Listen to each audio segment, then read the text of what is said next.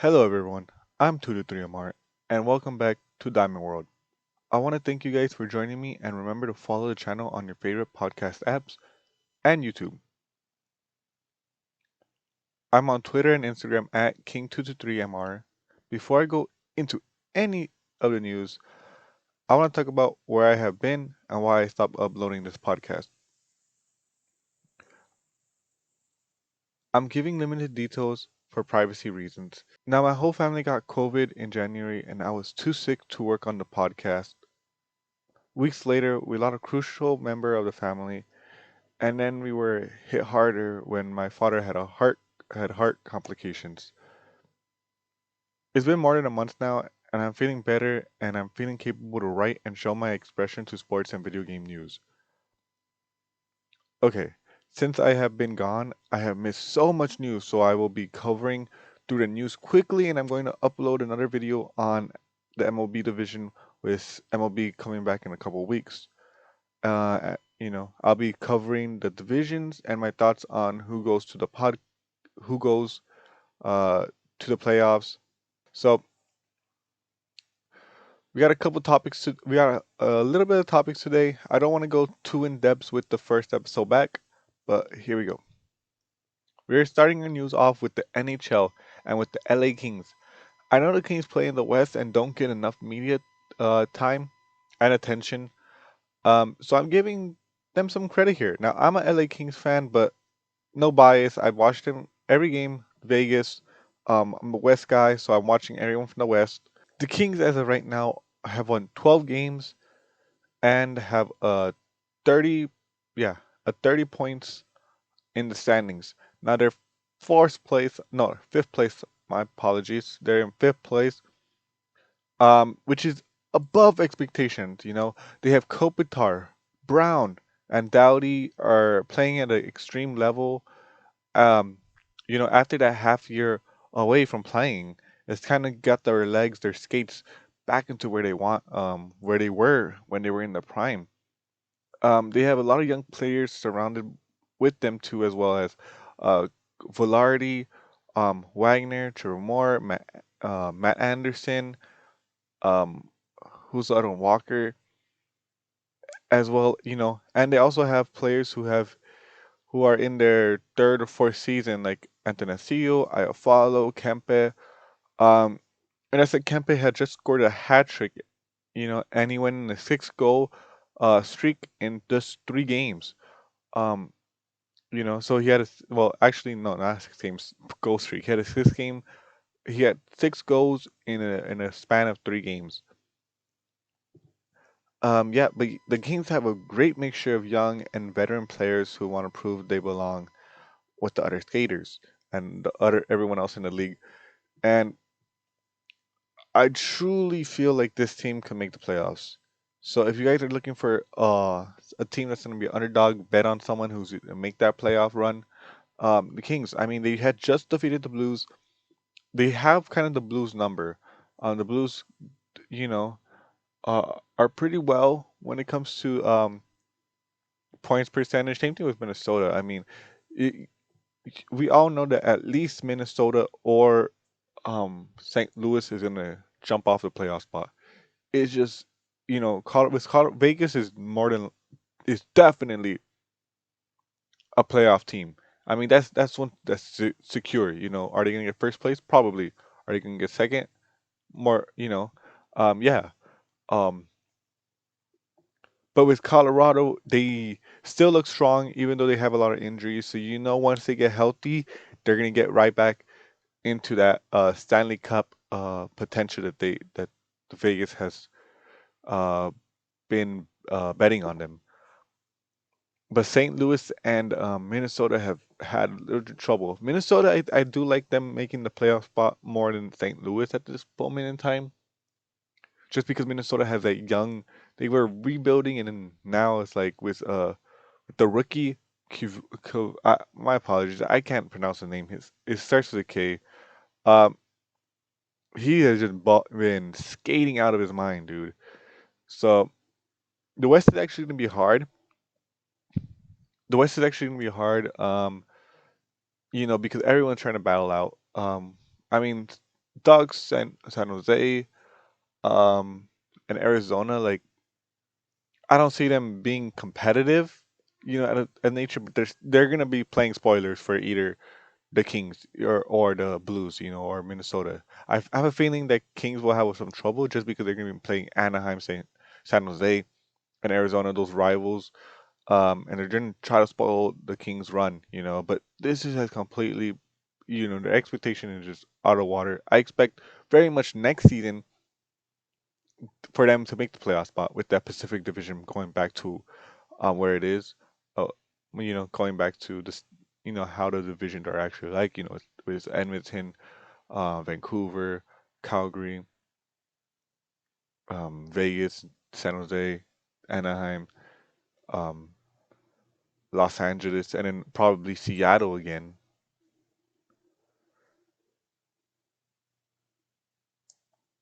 So, I mean, if you guys love hockey, you guys gotta watch the LA Kings. They're just fast and quick. They're strong with Velarde. Um, yeah, but definitely go check them out if you can. Now, I decided to end up um only covering two sports news just because I wanted to kind of uh I didn't like the other news that were popping off, with the NFL free agents or so. Free agency has been a crazy storm. I don't want to go too in depth with it. And the reason is because there's just so much going on, and it's not appropriate for me to just jump straight into that. Or, March Madness. I'll probably be covering March Madness when it gets to the Sweet 16, covering who I think, my bracket is already dead. I'm just too embarrassed to even talk about it. So, um, but I really want to go into some F1. I know you guys, I want to keep diving into new sports, and this was a new sport that I decided to go into. Um, but yeah, I mean, Formula One is just such a fun motorsport. You know, these guys are crazy. And I dove into it with the documentary, Drive to Survive. So I'm still learning in the process of learning the sport, but I really want to, share my experience with you guys. And if you guys have any, like, if there's something that, I don't know that you guys want to tell me, go ahead and tell me. I'm gonna be looking towards, most, not every practice, but every qualifying and every race. And I know they're gonna do a sprint race as well, so I'm gonna be checking that out. Um, but I'm very much interested in what I have seen so far. I mean, but I want to go in. I actually want to talk about the preseason testing. I don't want to talk about the documentary or whatever. I watched preseason testing day one, day two, and day three. A little bit of day three. But if you guys are Formula One fans, I think you know what I'm talking about, or you're just gonna call me an idiot because I don't know what I'm talking about.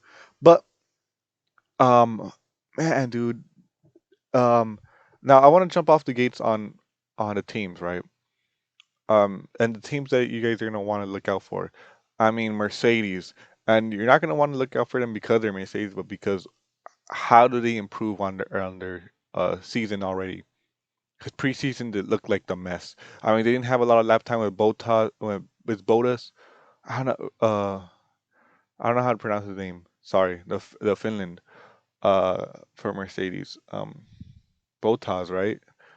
He only got 6 laps on that first session on the first day. I think it was some type of failure of the car. It just wouldn't couldn't run. Um, Lewis Hamilton was able to get a little bit, I think around 20 laps that session, but the car was just moving not well. The drag system was kind of lifting the car up, and then this is again on the tracks occur or the country. I don't know what the track again. I'm still trying to learn these tracks, but the track that they were testing on it was just it was not appropriate for a testing scenario. I mean, it was just really bad, super bad wind, sandstorm. It wasn't pretty. It wasn't pretty for the testing.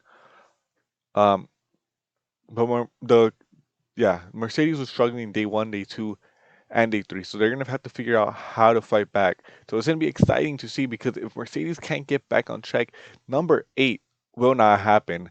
Number eight for Mercedes and Lewis Hamilton will not happen. So that's a huge um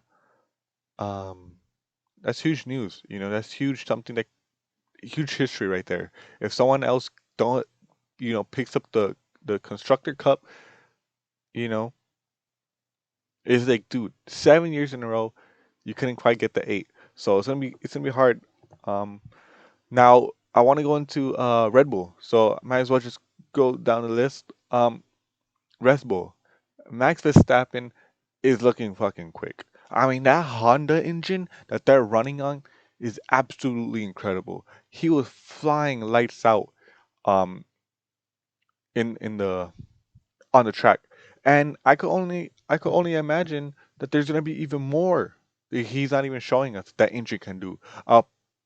Perez had he looked good. I'm very excited to see what happens. I'm not a big Red Bull fan because um Red Bull has really, I don't think Red Bull knows what they're doing. The only thing they know that they're doing is giving Verstappen a good car and letting him drive out, you know, out with it. I expect Verstappen to at least get number two or number three, just because that Mercedes does not look well. And I don't know if Bottas or Lewis Hamilton will end up with number two or number one this season. So Verstappen, I definitely have him up there, at least top three, more than likely top two. Um, but yeah, that Red Bull engine looks good. They're gonna be, they're not gonna be sexy to watch for Mercedes. You know, Mercedes in the struggle with Red Bull. Now, I actually want to talk about McLaren. McLaren looks completely strong. I mean, I was watching McLaren, and man, am I excited for that team. I honestly think they might have a shot at the Constructor Cup, like literally a shot, not just third place, fourth place, or staying there at that level, or battling for the midfield, battling for a top tier. I mean, actually winning it, like beating Mercedes, beating Red Bull, because Lando Norris is so quick, and Daniel Ricciardo is such a great overtaker, and I mean, Lando Norris is already a great defender, and Lando Norris is a great defender. If Daniel Ricciardo could get first, second place, I mean, top in the podium spots every race, and Lando Norris in the back, he could start defending Daniel Ricciardo, forcing, having the opportunity for Ricciardo having that podium spot, defending him. And same thing with Lando Norris, man. Lando Norris can literally uh not just defend but push. He could push that track, maybe even get on his first. I believe it would be his first podium this season if he does get one. Um, but yeah, they look strong. I definitely have them as one or two on the construction cup standings that at the end of the season. Um, but yeah, McLaren. I am super excited for McLaren, man. Um, um, but after McLaren, it's obviously Austin Martin, right? Austin Martin. Um, they're back in with Lawrence Stroll, right? Lawrence Stroll getting Austin Martin back in, and man, in day two and day three, they kind of got me worried. Day one, they look great. Sebastian Vettel, man, I I am rooting for this team so much, and I'm not just rooting for us of because the slick car, they got the Mercedes engine. They no longer have a green Mercedes because they have they changed some things. It's not the same car that Mercedes puts out. They did their own construction, and this time it's very much their own car. No, almost no copy, no paste to that. Some cases here and there, but still, man. And again, I think the Mercedes engine, dude. The Mercedes engine is just looking well, except for on Mercedes. McLaren has the Mercedes engine. It looks quick, and Aston Martin, man, it is quick with that Mercedes engine. Now the only and again, I'm rooting for them because of Vettel and everything that happened with Ferrari, dude. Um, I really just want to see him compete again. I, at least two more seasons of him just competing. He's one of those guys you got to root for. So yeah, I'm definitely rooting for Austin Martin and Sebastian Vettel. Um, who knows what's gonna happen because I mean Lance Stroll, right? Um, will Lance Stroll get his first win? There's an ability that he can, uh, he can get his first win. I believe it will be his first win, right? In Formula One. Um, but you know, with Sebastian Vettel, I expect him to get a podium, two or three at least. Um, so I'll be rooting for him. That's Aston Martin. I'm super excited for that team as well. Now, I guess might as well talk about Ferrari since we're on this topic with Vettel. This team is awesome, and I'm not talking about the Ferrari team. I'm talking about Charles Leclerc and Carlos Sainz, man. Like, dude, how do you? That's such a great teammates. They're gonna compete at a high level for each other. And yeah, Ferrari might be fighting for a midfield, but at least they're those guys are completing. They're competing, they're progressing. Um, and I have a feeling it'll do great for their career, even though Ferrari won't be. I don't believe they'll be fighting. Racing for the Constructor Cup this season, but it'll still be good for Ferrari and the racers, Leclerc and Sainz. Um, yeah, I'm pretty excited on what they're gonna do. They're probably not gonna get a lot of. They're probably gonna get a lot of DNFs just because that Ferrari car did not look well, and the Alfa Romero looked faster than the Ferrari, which is it does it's concerning. It's very much concerning. Um, but yeah, so I'm not gonna go into Alfa Romero. They're faster than Ferrari. That's all you need to know with their engine. Um, uh, Alpha Alpha Toro, right? It's no longer it's Alpha Toro. Yeah, Alpha Tori, whatever the fuck you want to call it. But yeah, Pierre Gasly. I'm a big Pierre Gasly fan, and I'm rooting for him all the time. But so Sonoda, I think that's the name. Sonoda. He was a Honda driver. Well, he's a Honda driver. And Honda, put him on the AlphaTauri, and he looks good. I mean, he looks very promising for them for that Red Bull team. Um, Pierre Gasly obviously always looks promising, but can Pierre Gasly kind of overcome if Sonoda kind of is able to go above him and compete at his level and probably get better times, better qualifiers, and uh, what's it called, a better position on in the race because Pierre Gasly, that's the thing that you want to know.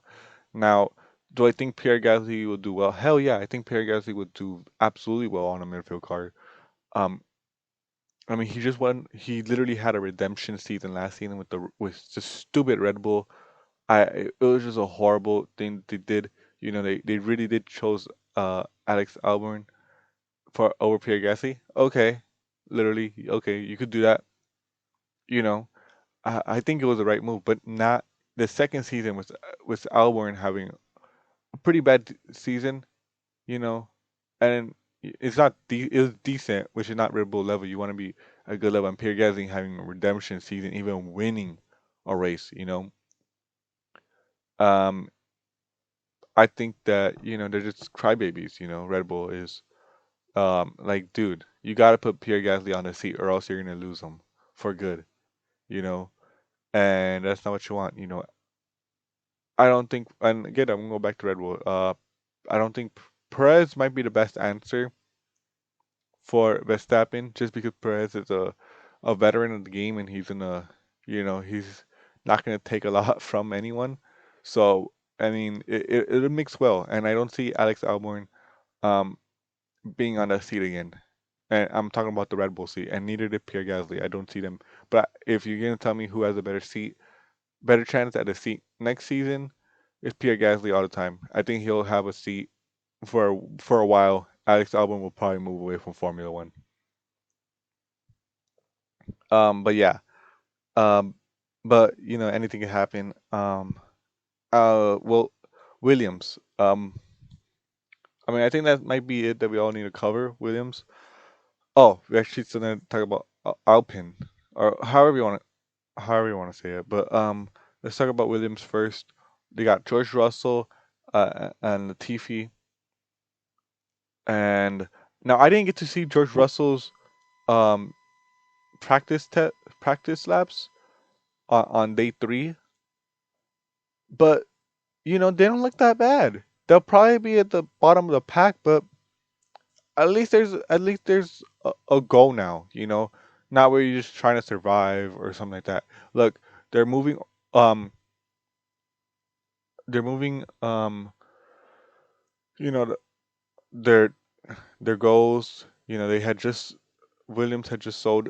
Um, and yeah, I think this is gonna be well. They're hopefully they'll be fighting with Alfa Romero. Well, it's kind of hard to say that because you don't know where Alfa Romero is because Ferrari could literally be in the back of the pack, you know. But yeah, it's promising with George, especially with George Russell. I mean, and here's the thing about Mercedes, Bottas doesn't, um, it continues to have bad luck every season. He could lose a spot to George Russell or even Lewis Hamilton, right? If Lewis Hamilton leads Mercedes, that's a huge blow. But you have George Russell there.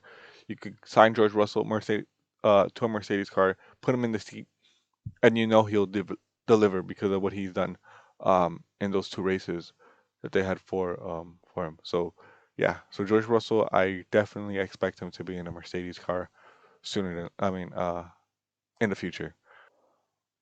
Fuck, I don't know how to pronounce it. Alp Alpine Alpine. I don't know what the fuck how to say it. It has a I and E. It should be Alpine, but whatever. Um, I don't know what to think about this car. It's definitely a midfield car. Um, the team, um, you know, Esteban Ocon, um, I root for him, but now you have Fernando Alonso there. I mean, what's gonna happen if Fernando keeps losing midfield battles or not getting even fourth place or maybe not even a podium this season? I mean, or if he continues to get DNFs, um, what's gonna happen? Because we all know Fernando Alonso he could control a team just like he did with McLaren. Will he control, because now there's like some sort of democracy there in Alpine. Um, so that's a weird one. This is gonna be a lot of drama. If Fernando Alonso can kind of stay calm, or even if they just race good, you know, race well, that kind of puts Fernando Alonso a step back, you know. So, you know, it's gonna be we're gonna see what that ends up. But I think that'll be it for F1. But yeah, that's what I'm excited for F1. The first practice is on the 24th, and I believe the first race is on the 28th, I believe, something like that.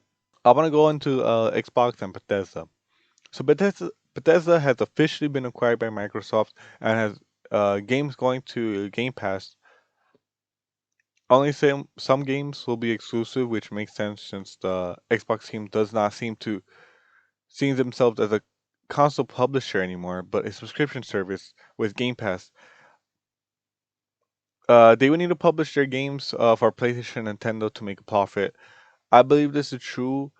And I believe what's going to happen is that Microsoft is gonna have to sell Bethesda games. They're not gonna sell IPs, but they're gonna publish games for PlayStation and Nintendo, PC, whatever, whatever. Because if you're thinking about this is a console war, it's not. It's never. The console wars are done. Xbox doesn't even exist as a console anymore. Their market and I'm looking at this as a business when you're and Microsoft have been looking at this as a business, but when you have a subscription service like Game Pass or like when Stadia is already out, when you have whatever Amazon's fucking doing, you have all these things or Netflix or Disney Plus, Hulu, Paramount. Xbox is literally trying. The reason they want what they want to do with Game Pass is literally turn it into the Netflix, the Disney Plus of Xbox. It's supposed to be you turn it on, you play the game. That's why they're offering so much for the Xbox console, for the PC, or for the cloud. Like they organize it for you. This game's on PC, this game's on Xbox, this game's on cloud, Xbox, and PC. That's what they're trying to sell to now. It's no longer about publishing games. I mean, every game they publish at an exclusive level ends up on Game Pass and PC, or for free. That you know that's what Xbox is doing right now. So I definitely expect them, Bethesda, to be. I expect we're no longer gonna have the Deathloop type of thing where Deathloop, right? Deathloop is exclusive to PlayStation. We're not gonna have that. We're gonna have like let's say Deathloop wasn't exclusive and Bethesda was just making it. Xbox would sell it to PlayStation, Nintendo, or not Nintendo, but PlayStation, PC, and Xbox. Um, and I think that's gonna ring true. And even Stadia, I think they'll probably sell Stadia. I mean, why not? It's not like Stadia is fucking better than you. Is there, at the end of the day, you're trying to compete with Stadia now, but is Stadia even at your level? And that's what kind of Xbox is doing right now. They know that no one's at their level quite, not no PlayStation, no one, because they're no longer a console based no more. They're subscription based now. So that's who they're kind of selling to. And it's a good thing for Xbox. I really like this deal with Bethesda going to Game Pass, and a lot of games. I don't see it beneficial for the consoles. With consoles. But I think it's that time where consoles. It's time for consoles to kind of go away, and for streaming and PC and those. Obviously PC has always been big, but for PC to be the main structure now. Um, PlayStation and Nintendo are kind of the last consoles. But yeah, that's kind of what I believe what happened with Bethesda. But yeah, I think that's gonna end it today. I hope you enjoyed the episode and the news, guys. My reaction towards the news, and it's fun. It's fun to be back. It takes time to write these things down, to research, and talk to you guys. But man, it does feel good to be back. And remember guys, please, if you're on YouTube, subscribe to the channel. If you're on Apple Podcasts, Stitcher, Google Podcasts, um, or Audible, go ahead and follow the sh- follow the follow Diamond World.